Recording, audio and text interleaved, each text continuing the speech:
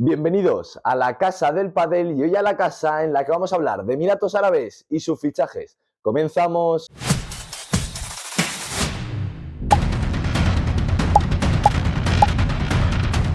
En primer lugar, quiero poner en contexto el título del vídeo, y es que en septiembre se disputaron las rondas clasificatorias para el Mundial de Doha, que se disputa esta semana. Y se lo disputaban estas rondas clasificatorias pues países como Estados Unidos, Canadá, México, los propios Emiratos Árabes, Irán, Australia y muchísimos más, pero cada uno, pues obviamente, en su ronda clasificatoria correspondiente. Pues cuando se produjeron estas rondas clasificatorias, concretamente la que involucraba a Asia, África y Pacífico, pues básicamente se sorprendió todo el mundo porque en la convocatoria de Emiratos Árabes encontrábamos 4 nombres que a todo el mundo le sorprendía porque eran 4 nombres de jugadores españoles como Sergio Icardo, Fran Jurado, Arnau Ayats y Íñigo Jofre. Y sí, son 4 jugadores españoles que por unos u otros motivos iban a disputar la ronda clasificatoria en la selección de Emiratos Árabes. Y alguno me podrá decir, Adri, no es la única selección que nacionaliza jugadores. Y es totalmente cierto. Tenemos casos muy importantes en la historia del pádel, como Juan Martín jugando para España, como jugadores argentinos jugando para Italia y muchísimos casos más. Entonces, ¿por qué hago especial hincapié en la selección de Emiratos Árabes? Pues en primer lugar porque se trata de una selección que se ha reconstruido, por así decirlo, en esta ronda clasificatoria, y es que nunca habían aparecido estos 4 jugadores y ha sido, pues así, por así decirlo, de forma repentina su aparición en la convocatoria para jugar esta ronda clasificatoria. ¿Por qué digo de forma repentina? Pues porque ninguno de los 4 jugadores aparecía con la nacionalidad de Emiratos Árabes Unidos en lo que llevamos de año. La realidad es que incluso el propio Sergio Icardo, durante la disputa de esta ronda clasificatoria, aparecía con la bandera de España, no aparecía con la de Emiratos Árabes en la Federación Internacional de Pádel. Y todo el mundo se pregunta, ¿pero qué pone exactamente en el reglamento de la FIP, de la Federación Internacional? Pues lo que pone es lo siguiente. Elegibilidad de jugadores. Para representar en competiciones oficiales a un país, los jugadores deberán poseer la nacionalidad de dicho país, encontrarse en regla con la afiliación al miembro asociado del país y no haber representado otro país en los anteriores 36 meses al evento, es decir, 3 años. Y más abajo el reglamento añade, si un jugador posee las características antes indicadas, podría representar a más de un país y el miembro asociado de uno de ellos desea convocarlo, el miembro asociado deberá enviar una comunicación a la FIP por lo menos 3 meses antes del cierre previsto para las inscripciones. Además, yo también me he tomado el lujo de preguntar a la inteligencia artificial cuáles son los requisitos básicos que te pide un país para obtener su nacionalidad, es decir, para tener pasaporte con otro país. Y la realidad es que nos ha dicho también lo siguiente. La inteligencia artificial nos dice que para adquirir el pasaporte de los Emiratos Árabes Unidos, primero es necesario obtener la ciudadanía del país.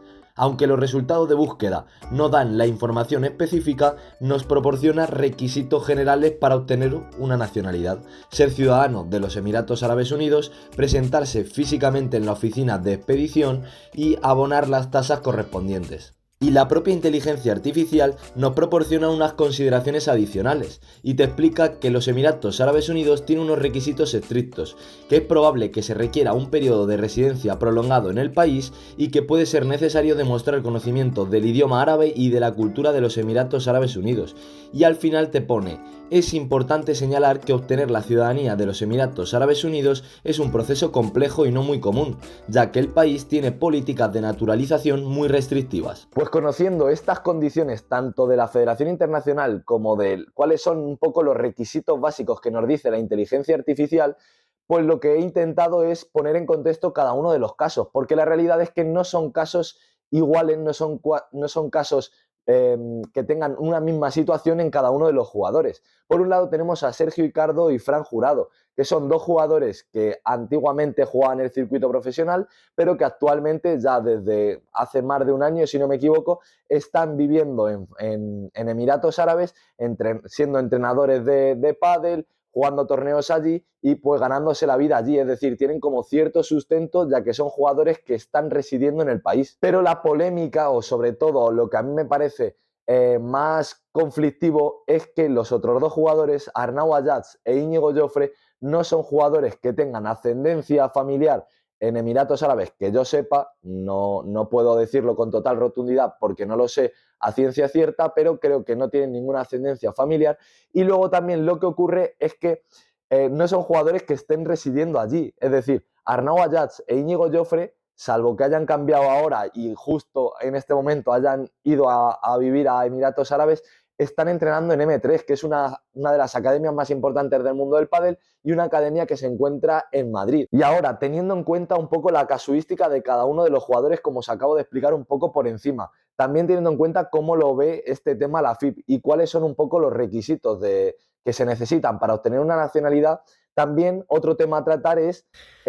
Lo estoy editando y, hombre, si queréis, lo que podéis hacer es suscribiros, ¿no? Suscribiros. Yo creo que deberíais suscribiros, sí.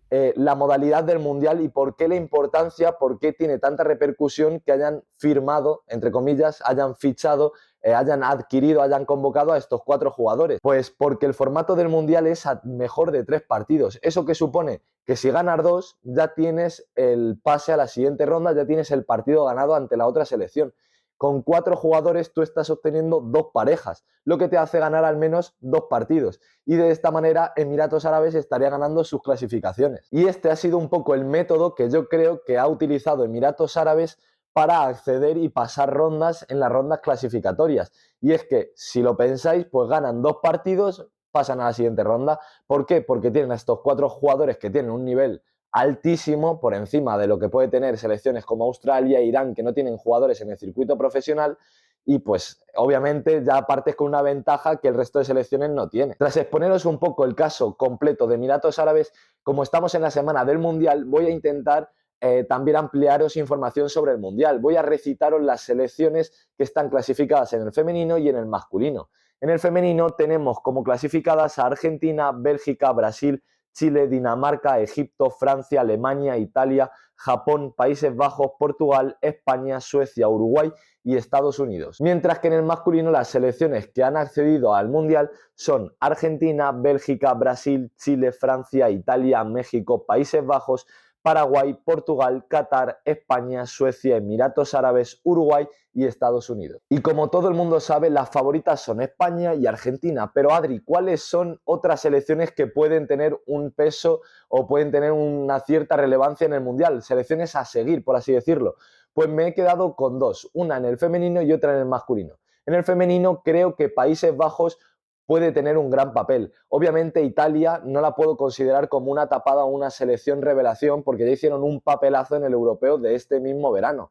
Pero creo que Países Bajos puede ser una selección destacada en la categoría femenina. Es una selección que creo que por el crecimiento y la expansión que está teniendo el pádel y la repercusión que está teniendo el pádel en el país, puede ser una selección que crezca mucho y que en el europeo ya tuvieron un papel bastante, lo he estado mirando, lo he estado chequeando, bastante relevante, bastante importante y creo que puede ser una selección a seguir. Dicho esto, tampoco tengo mucha información sobre la selección. Si caen en primera ronda pido disculpas, primero por gafarlas y segundo por no tener ni idea. Mientras que en el masculino me voy a quedar con una selección que quizás muchos tenéis en el tintero, tenéis en la cabeza y queréis seguirla más detenidamente durante el Mundial. Y os estoy hablando de Paraguay, la selección de Mariano González, Facu Denique, Martín Abud y muchos otros jugadores, pues es una selección muy joven y eso, aunque les puede pasar factura en ciertos momentos, creo que va a ser totalmente lo contrario. Creo que la juventud y la experiencia que tienen este tipo de jugadores puede hacerles adquirir bastante protagonismo en lo que se refiere al Mundial y creo que pueden tener un papelazo en el masculino.